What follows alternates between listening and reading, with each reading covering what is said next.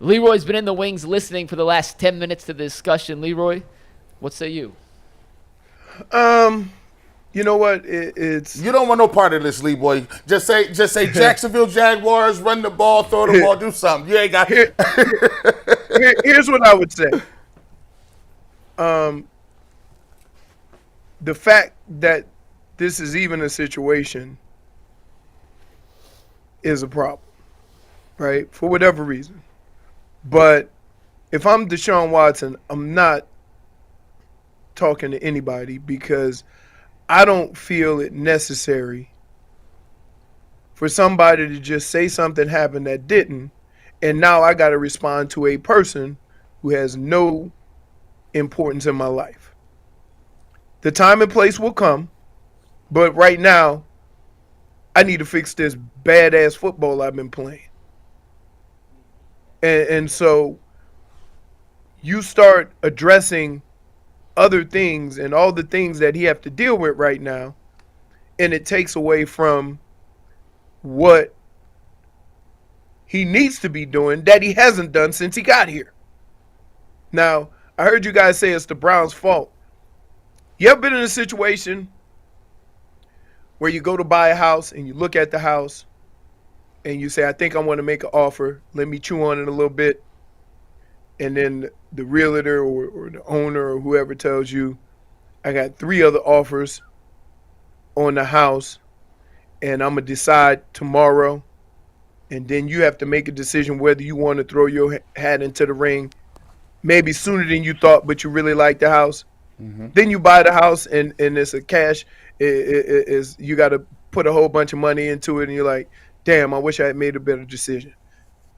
Sometimes you make a good decision that doesn't work out. The Browns weren't the only ones who wanted Deshaun Watson. What the owner did and what the Browns did was say, we're going to do what it takes to get him. Which is a good thing. If you want him, get him. It hasn't worked out.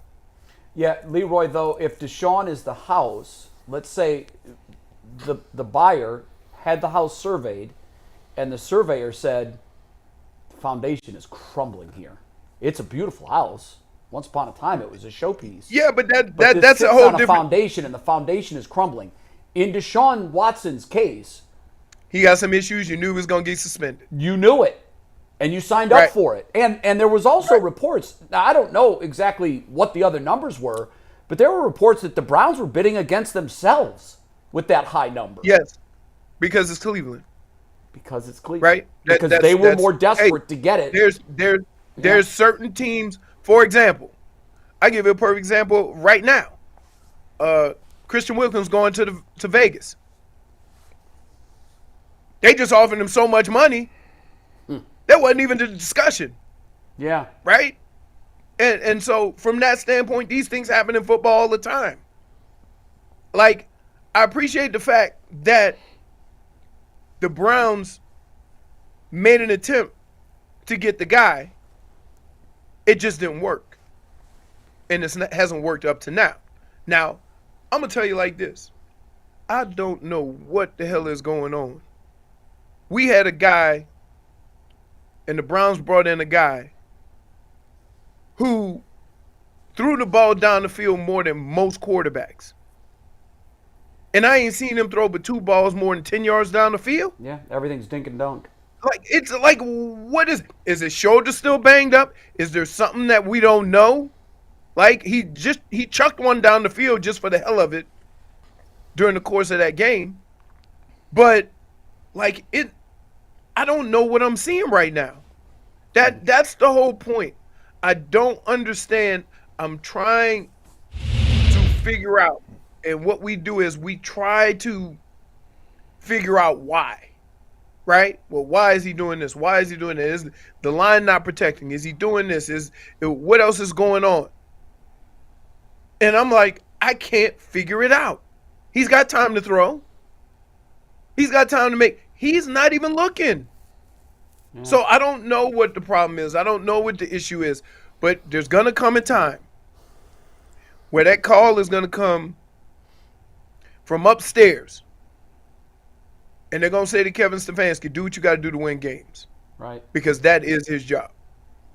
Hey, Leroy, last time we had you last week, you were talking about meeting up with Eric Metcalf and going to the big house. Kind of buried that story to start this show. Yeah, it's a good point. Just want to ask you Good point. what happened up there against the Hold on. Longhorns. That was Just wanna crazy. know. Hey, can I just tell you? And I told you I told you last week I was scared that Fresno State pushed Michigan around. Yeah, you right. did. So You did. let's start there. I said that. Yeah. And then I saw Texas coming in the field. Like, woo, they bigger than Fresno State. Oh my goodness. But the whole weekend was messed up.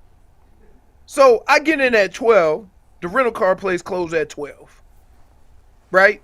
So now I got to get up at 6 in the morning, go to the rental car place, drive from the rental car place to Michigan, find out where the hell Eric Metcalf is, finally hook up with him. Now, side note, all I brought was a T-shirt, Oh. a Michigan T-shirt, and a Browns T-shirt. It was cold as hell. So I just yelled, I'll pay $1 million for a sweatshirt. But naturally, all the shirts, when you go into that stadium, are $1 million. So they got me. Right? And then I sit next to Metcalf, and he's doing Metcalf stuff. I told you we was going to dumpster drive, yo. Okay, fine. I got to take it. I'm a big boy. I know how that is. We finally get back to the car. We driving back. I say, I'm going to have to hear this the whole ride. He said, no. You know what? I'm done. He said, but I'm going to call my boy and put it on speakerphone. Oh, wow. Wow. Give him a shot. Wow. You got the mans in there. That's so disrespectful. We done had that. That's disrespectful. Yeah. So, wait, you would think that's it. So we get back. I go eat with Bernie, right? Make plans for Sunday. I go and sleep for like 10 hours. I get up at like 10, 11 o'clock. I'm going to meet with Bernie. And Bernie, he has crazy requests too. Come meet us. Come meet us at the hotel and valet your car at the hotel. And then we'll all ride together. I say, that sounds great because, Bernie probably could get better parking than me, right? Get in the car. We go to the game, enjoying the game. I'm in the suites. I'm saying hi to people. People don't realize I went to school with Melva Thompson. So I went and said hi to her. So I know, and we had some other people from Michigan, and I just hung out with them for a minute. All right. End of the third quarter, I'm like, well, no need me fighting traffic because this game is over. So, all right. Call Byrne. He's gone. Hey, where are you, buddy? I left. Yeah. He just No more keep in text, mind, bro. No more texting He at the just- hospital. He just left me. I'm at the stadium with the team getting dump trucked. Been there And before, I'm buddy. like, I'm just at the stadium, right? So Metcalf said, I got you. So we walking about where he's staying. His boy is going to give me a ride. There's so much traffic. He said, well, we might as well go over here and have a drink. So I got back to my room at 11:30. I had to get up at 3, return the rental car. My flight left at 5. Flew into Miami and then went to work. Nasty Man, work. you took it on Nasty the chin work. this weekend. Wow. To Yes! make it worse, I texted Leroy. I was on the baseball field, and I had no idea what was going on. I texted hey, Leroy. You know what? That was just rude. You knew what the hell the score was. I did. I checked the score and I saw it. And I said, "Oh, I gotta hit Leroy." I said, "I'm playing baseball. You got a score?" He texts back, "A lot to not that effing much." I got Metcalf in my ear, and then I'm getting texts. Like, come on, man, enough is enough. You had to watch some bad football this Hey, weekend. Leroy. last weekend. Yeah. I gotta get you. I gotta get you before you get out of here on some football talk, man. When I was watching that game, and I saw how they came out that first and second series, and the way that they just had no stomach for even trying to run the football. To me, I was alarmed because what I've known for Wyatt Teller, and people saying he want to run the ball more. Joe Batonio, all those guys up front. And when you got them ends coming off the edge and they wrecking games, You got to get up inside of them. you got to give them some recourse. What's going on with the run game? Is it a thing where they want Deshaun to be the 5 wide shotgun, but they just that's past. They got to figure out something for today, man, to at least give themselves a chance to win. Because here's and let's be real about this. Sometimes you have that dude in the backfield where it don't matter if you have a 7 to 8 man box, right? And sometimes you might not have the same thought process when somebody else is in there, so you have a bunch of run past checks. And it seemed as though now my problem is that then you got yourself into a situation where you see where Deshaun throwing the ball, and you're like, well, now what? Now do we do? Do we run it? It was a little more off tackle than straight ahead. I think I would have rather run a lot of traps and stuff like that just to try to give angles so that Jerome Ford knew, where he was, gonna go.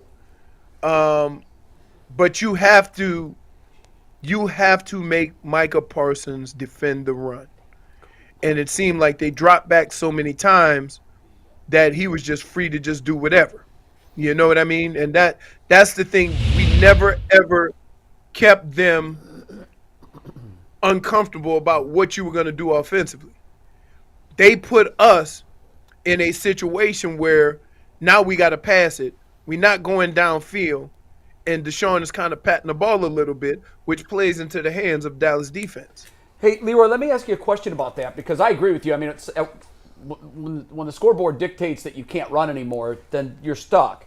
But I get the sense that this team, this current version of the Browns, particularly with the changes they made on the offensive staff, I feel like they've embraced the pass way more than they have in the past. And this is going to be what we see this year. It's ride or die with Deshaun Watson. How do we know that yet? Well, because at one point, and I can't remember who it was, if it was Mary Kay or we had somebody on, and they said that they felt that the Browns' run-to-pass ratio is going to be pushed up towards the 65 to 75%. I don't know. I don't buy. But let's just go back for Leroy answers. The first 2 drives of the game.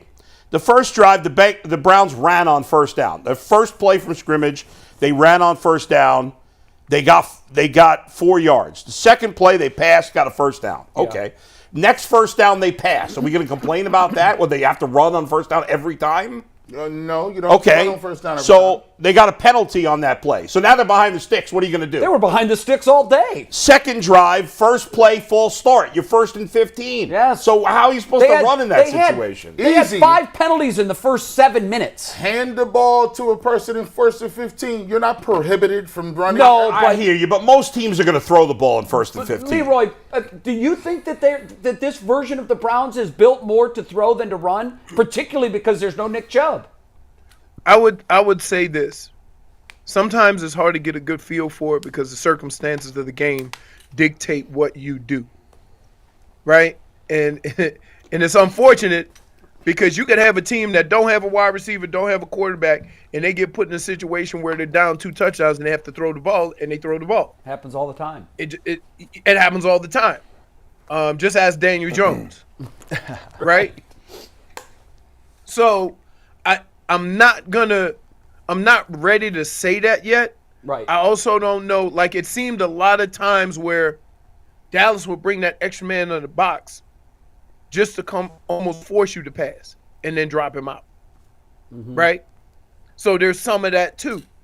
So we'll see as the weeks, play out a little bit if that's their intent. Leroy, are you saying that, I just wanted to clarify, are you saying that when they would bring that guy in the box, do you think Deshaun was audibling to a pass and then they would back out? Could be. Okay. Yeah, could be. Like sometimes, again, like I told you before, if Nick Chubb's in the backfield and they bring that 8th man in the box, nobody cares. Right. Right? Yeah. You might not have that same confidence in the other guy. So you have a check. So when you see that guy creeping up, you check to a pass, and then they just drop back into coverage. Right. But they started with an 8-man box. These are the things that defenses do, and everybody says, why are we passing it so much? Well, because they're trying to bait you into it. Whereas when you have Nick Chubb was that equalizer, and that so what? Put 8 and 9 up there. You still ain't going to tackle Nick Chubb. Yeah, that makes perfect sense. Leroy, we got to run. We'll talk next week. Thanks for coming on and taking our unfriendly fire. You're a good man. Wait, I've been listen, for the last 5 days, Leroy been getting his butt whooped, so I'm good. I'm good. Well, we go easy because we're friends. Leroy, we'll see you next week. All right. Leroy.